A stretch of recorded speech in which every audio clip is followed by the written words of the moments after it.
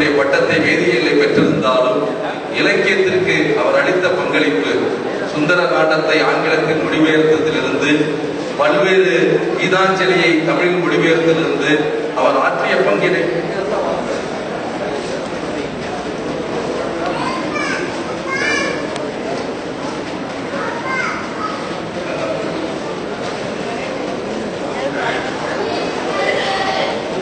மதிப்பிற்குரிய சேலம் தமிழ்ச்சங்க அறக்கட்டளை தலைவர் திரு க. ராசாராம் அவர்களுக்கு தலைவர் சேலம் தமிழ்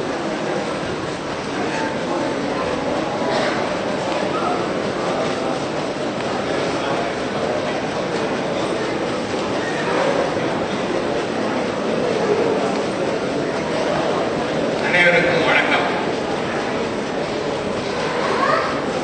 ஆங்கிலத்தில் ஃபிஷ் அவுட் ஆஃப் வாட்டர் சொல்வார்கள். அந்த நிலையில் நான் இருக்கிறேன். ஒரு நவரத்ன மாலைக்கு இடையே ஒரு கண்ணாடி கல்லை வைத்திருக்கும் போது 9 சிறந்த தமிழறிஞர்கள், சொற்பொழிவாளர்கள், கவிஞர்கள் இவரிடையே ஒரு சாதாரண மனிதனாக நான் காண்கிறேன். அவர்கள் அனைவரும் பிரபலங்கள். அவர்களுக்கு அறிமுகம் தேவையில்லை. அவர்களிடையே நான் ஒரு பொதுமுகம், வயோதிக அவர்கள் சாதனையாளர்கள், நான் ஒரு சோதனையாளர். உண்மையில் நான் என் வாழ்நாள் முழுவதும் பெரும்பகுதியை சோதனையிலேயே கழித்தவன். அறிவியல் சோதனை, அதுவே எனக்கு சோறு போட்ட தொழில்.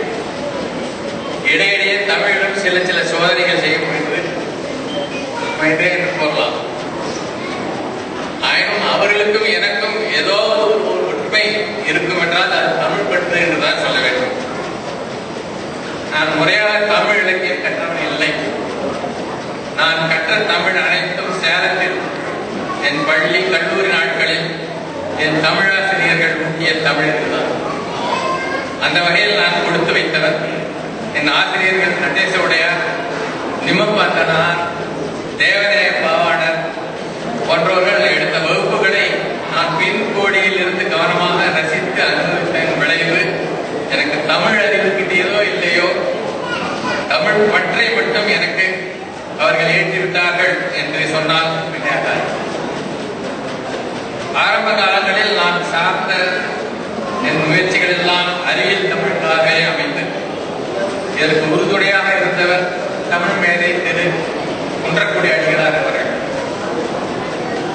ஓரளவு பௌத்தறிவு கொள்கையும் விஞ்ஞான சிந்தனையும் என்னிடம் மேலோங்கி இருந்ததனால் நான் சமய தலைவர்களிடம் வந்து சற்று விலகியே வழக்கம்.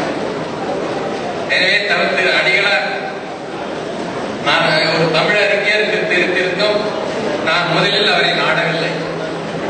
ஆயிரம் பெருந்தகை அவரே என்னிடம் ஒரு நட்பை வளர்த்து என்னுடன் நெருங்கி பழகி ஒரு பெரும் பொறுப்பை எனக்கு ஒப்படைத்தார்.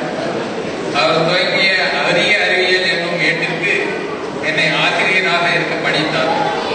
அந்த பணி 8 ஆண்டுகள் நான் பதவி வரும் வரை தொடர்ந்து அறிவியல் தமிழில் சில சோதனைகள் செய்யும் எனக்கு வாய்ப்பு இருக்கின்றன.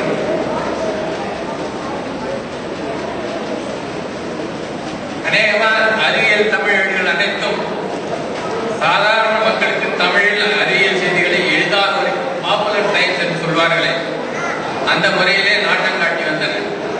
ஆனால் நான் எடுத்த முயற்சி சற்று மாறுபட்டது என்று கூறலாம். ஆங்கிலத்திலே ஊரில் இருக்கும் அறிவியல் வல்லுநர்கள் தங்கள் மேற்பட்ட ஆய்வாய் கட்டுகிற ரிசர்ச் பேப்பர்ஸ் தமிழ் அளிக்க வேண்டும். இதற்காக பயிற்சி பெற நம் ஏடு ஒரு வாய்ப்பளிக்க வேண்டும் என்ற ஒரு குறிக்கோளுடன் நான் செயலாற்றி வந்தேன். இந்த முயற்சி பலர் குறை கூறினார்கள். கடினமான இக்கட்டுரைகளை யார் படிப்பார்கள்? அப்படி படிப்பவர்கள் ஆங்கில அறிவு பெற்றவர்கள் தானே, சுலபமாக ஆங்கிலத்திலே படித்துக் கொள்ளலாமே என்று கூறினார்கள். எனினும் அறிவியல் தமிழ் வளர வேண்டுமாயின் அது உயர்மட்ட அளவில் பழக்கத்தில் இருக்க வேண்டும் என உறுதியாக நான் நம்பினதால் இந்த முயற்சியை நான் கடைசி வரை கைவிடவில்லை. தமிழ் இலக்கியத்தில் நான் காட்டிய ஈடுபாடுகள் எல்லாம் என் மன நிறைவுக்காக ஒரு பொழுதுபோக்காக எடுத்துக்கொண்ட முயற்சியாகும். அவைகளை வெளியுலகத்தில் அறிமுகம் செய்யும் எண்ணம் என்னிடம் சிறிது இருக்கவில்லை. நான் காரைக்குடியில் பல ஆண்டுகள் பணிபுரிந்ததால் அங்கு நடைபெற இருக்கும் கம்பன் விழாவை ஆர்வத்தோடு ரசித்து வந்தேன். எனவே கம்பனின் கவிதைகளை முழுதாக படிக்கும் போது அவற்றின் பொருள்களை ஆங்கிலத்தில் மொழிபெயர்த்து எனக்குள்ளேயே அனுபவித்து வந்தேன். பின்னே நான் பதவி ஓய்வு பெற்ற பின் நம் மொழிபெயர்ப்புகளை அனைத்தையும் ஒரு தொகுத்து ஒரு தட்டெழுத்து வடிவில் எடுத்து வைத்தேன். இதேபோல் வேறு சில இலக்கிய நூல்களை படிக்கும் போதும் குறிப்பிடுத்து எழுதுவது வழக்கமாக இருந்தது. 1997 நான் சேலத்தை விட்டு சென்னையில் குடிபெயர்ந்தேன். பெரியவர் ராஜாராம் அவர்களோட நெருங்கி பழகும் வாய்ப்பு எனக்கு கிடைத்தது. அன்னார் அடிக்கடி என் வீடு தேடி வந்து என்னுடன் பொழுதுபோக்கும் போதெல்லாம் நான் செய்த மொழிபெயர்ப்புகளை பார்க்க நேர்ந்தது. இதை வெளியுறவுக்கு அறிமுகம் செய்ய வேண்டும் என அன்னார் ஒரு பிடிவாதமாக ஆர்வம் காட்டி நான் குறித்து வைத்திருக்கும் கம்பராமாயண சுந்தர ஆங்கில மொழிபெயர்ப்பை நூலாக உருவெடுக்க செய்து அதை வெளியிடுவதற்கு ஒரு சிறந்த முறையில் ஒரு விழாவை அமைத்துக் கொடுத்தார். என் எதிர்பார்ப்புகளுக்கு மேல் இந்த நூல் சிறந்த தமிழறிஞர்களிடையே ஒரு வரவேற்பை பெற்று எனக்கு மிக மனநிறைவை அளித்தது. மேலும் இதே போன்ற சில முயற்சிகளில் ஈடுபட்ட சில ஊக்கமும் அளித்தது. அந்த வகையில் பெரியவர் ராஜாராம் அவர்களுக்கு நான் எந்த வகையில் கடமைப்பட்டிருக்கிறேன் என்பதில் வாயால் பெற இயலாத நிலையில் இருக்கிறேன்.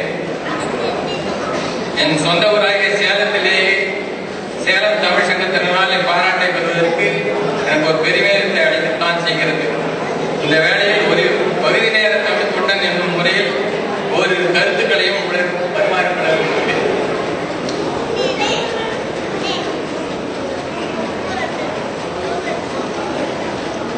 நம் நாடு அனைத்து துறைகளிலும் உலகமயமாகி வருகிறது என்பதை நாம் கூற தேவையில்லை. தகவல் தொடர்பு பரிவர்த்தனை என்பது சில காலங்களுக்கு முன் நேற்று கூட பார்க்க முடியாத அளவில் பெருகி வருகிறது. உலகின் பல பகுதிகளிலும் தமிழ் மக்கள் காணப்படுகின்றனர். வெளிநாட்டில் இருக்கும் அவர்களிடம் தாய்மொழி பற்று நம்மை காட்டிலும் அதிகமாகவே தென்படுகிறது. தேவதர தமிழ் ஓசை விதெல்லாம் பரவல் செய்ய வேண்டும் என்ற பாரதியின் கனவு நினைவாக மிகுந்த வாய்ப்பு ஏற்பட்டுள்ளது. எனவே தமிழின் பெருமையை மற்ற நாட்டவர் உணர நம் இலக்கியங்கள் பிற மொழியில் ஆக்கம் செய்து வேற்று நாட்டவர்களுக்கு நன்கு அறிமுகம் செய்ய வேண்டியது அவசியம். அண்மை காலங்களில் மொழிபெயர்ப்பு என்பது ஒரு பொழுதுபோக்கு என்று மாறி ஒரு அடிப்படை கலையாகவே உருவெடுத்துள்ளது. பழம்பெரும் தமிழ் எழுத்தலங்கள் மட்டுமின்றி சிறுகதைகள், கவிதைகள் போன்றவையும் மொழிபெயர்க்கப்பட்டு நல்ல வரவேற்பையும் பெறுகின்றன. ரவீந்திரநாத் தாகூர் அவர்கள் கீதாஞ்சலி நோபல் பரிசு பெற்ற பெருமளவு அங்கீகாரம் பெற்றிருந்தால் அதற்கு முக்கிய காரணம் அவர் வங்கமொழி கவிதை தொகுப்பை தானே ஆங்கிலத்தில் மொழிபெயர்த்து உலகறிய செய்து என்பதுதான் காரணம். கீதாஞ்சலியை விட மிகச் சிறந்ததாக நான் கருதும் பாரதி பாரதிதாசன் போன்றவர்களின் படைப்புகள் ஆங்கிலத்தில் அளிக்கப்பட்டிருந்தால் அவற்றுக்கும் நோபல் பரிசு என்றோ கிடைத்திருப்பது வாய்ப்பு இருக்கிறது என்பது என் கருத்து. தவிர பழம் தமிழ் இலக்கியங்கள் நாம் பெருமைப்பட வேண்டிய பல இருந்தும் ஓரிரு குறைகளும் அங்கங்கே தென்படுகின்றன. எடுத்துக்காட்டாக ஷேக்ஸ்பியர், பெர்னாட் ஷா, காளிதாசன் போன்ற நாடக இலக்கியங்களுக்கு ஈடான படைப்புகள் தமிழில் அதிகம் தென்படவில்லை. இக்குறையை ஈடு செய்ய எடுத்த ஒரே ஒரு முயற்சி பேராசிரியர் சுந்தரனார் எழுதிய மனோன்மணியம் என்று கூறலாம். இத்தகைய படைப்புகள் மேலும் பிற மொழி இலக்கியங்களும் தமிழில் மொழிபெயர்த்து அளிக்க நம் தமிழ் அறிஞர்கள் ஈடுபட வேண்டும் என்பது என் வேண்டுகோள். சேலம் தமிழ் சங்கமின் கருத்துக்களை ஏற்பதனால் தான் அல்லவோ என் போன்ற மொழிபெயர்ப்பாளர்களுக்கும் தமிழ் வாகை சிமல் போன்ற பெரிய விருதுகளை அளித்து கௌரவிக்க முன்வந்துள்ளது.